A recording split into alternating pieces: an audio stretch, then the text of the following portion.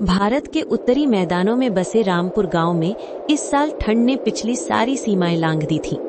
ये केवल तापमान का गिरना नहीं था, बल्कि जीवन की गति का थम जाना था। पौष के महीने में सूरज मुश्किल से निकलता, और जब निकलता भी तो उसकी किरणें पीली और शक्तिहीन होती थी। बिरजू किसान 45 वर्ष का था और उसकी पत्नी राधा 35 वर्ष की थी। अपने छोटे से मिट्टी के मकान में थे, जहां हवा दीवारों की दरारों से भी अंदर घुस आती थी। उनकी इकलौती बेटी मोहिनी, जो 8 वर्ष की थी, पिछली 3 रातों से तेज खांसी से पीड़ित थी। राधा मोहिनी को देखते हुए बोली, सुनो जी, मोहिनी को तो बुखार भी है। ये पुरानी रजाई और राख की आग अब काम नहीं कर रही। हमें शहर से डॉक्टर को बुलाना होगा। ये सुन, बिरजू बहुत निराश हो जाता है और राधा से कहता है, शहर का डॉक्टर? उसके लिए 20 किलोमीटर का सफर तय करना होगा और फिर उसकी फीस भी देनी होगी। तुम जानती हो, मेरे पास एक पैसा नहीं है। पिछली धान की फसल पूरी तरह से पाले की भेंट चढ़ गई। पर हम ऐसे ही उसे मरते हुए नहीं देख सकते। वो हमारी इकलौती उम्मीद है। उम्मीद? मेरी उम्मीद तो साहूकार के कर्ज में दबी पड़ी है। उस दिन भी तुमने कहा था, लेकिन कालू साहूकार के पास जाना ही होगा। वो हमारे गांव का काल है, पर जीने की आस भी उसी के पास है। नहीं राधा, पिछली बार उसने इतना जुल्म किया था।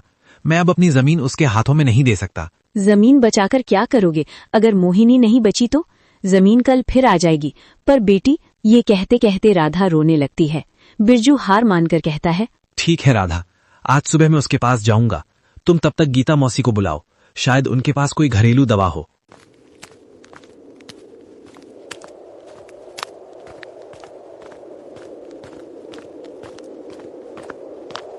फिर बिरजू कालू साहूकार की विशाल हवेली पर पहुंचा। कालू साहूकार एक मोटा लालची व्यक्ति था और बे एक अंगीठी के पास बैठा था। उसके पास ही गांव का एक मुंशी खड़ा था। बिरजू बाहर खड़ा था। बे कांपते हुए बोला, साहूकार जी, मैं बिरजू। मुझे आपसे बहुत जरूरी काम था। अंदर आ जाओ। लगता है ठंड ने तुम्हारी हड्डियों का ढांचा हिला दिया है। क्या हुआ, फिर से फसल खराब? हाँ साहूकार जी, इस बार पाला बहुत पड़ा और मेरी बेटी बहुत बीमार है। मुझे तुरंत 2000 रुपए चाहिए, दवाइयां और डॉक्टर की फीस के लिए। 2000? तुम तो बड़े राजा आदमी हो बिरजू। पिछली बार का कर्जा, उसका ब्याज और अब नया कर्जा। तुम्हारी छोटी सी जमीन तो अब तक मेरी हो जानी चाहिए थी। साहूकार जी, मैं आपका सारा पैसा लौटा दूंगा। इस बार मैं अपनी गेहूं की फसल जरूर बचा लूंगा। बस थोड़ा वक्त दीजिए। वक्त?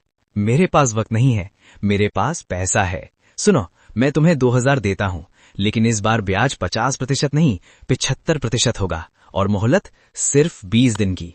75%? साहूकार जी, ये तो इंसानों जैसा व्यवहार नहीं है। मैं इंसान नहीं हूं, मैं व्यवसायी हूं, और अगर 20 दिन में पैसा नहीं लौटा तो तुम्हारी जमीन और तुम्हारा घर दोनों मेरा। कागजात पर साफ लिखो, जमीन और घर दोनों गिरवी। मेरा घर?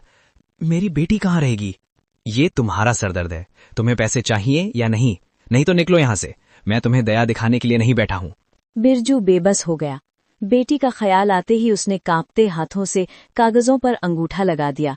फिर बिरजू दुखी होकर बोला, ये पाप है साहूकार जी, भगवान तुम्हें माफ नहीं करेगा। मेरा भगवान मेरा पैसा है बिरजू, अब तुम यहां से जाओ।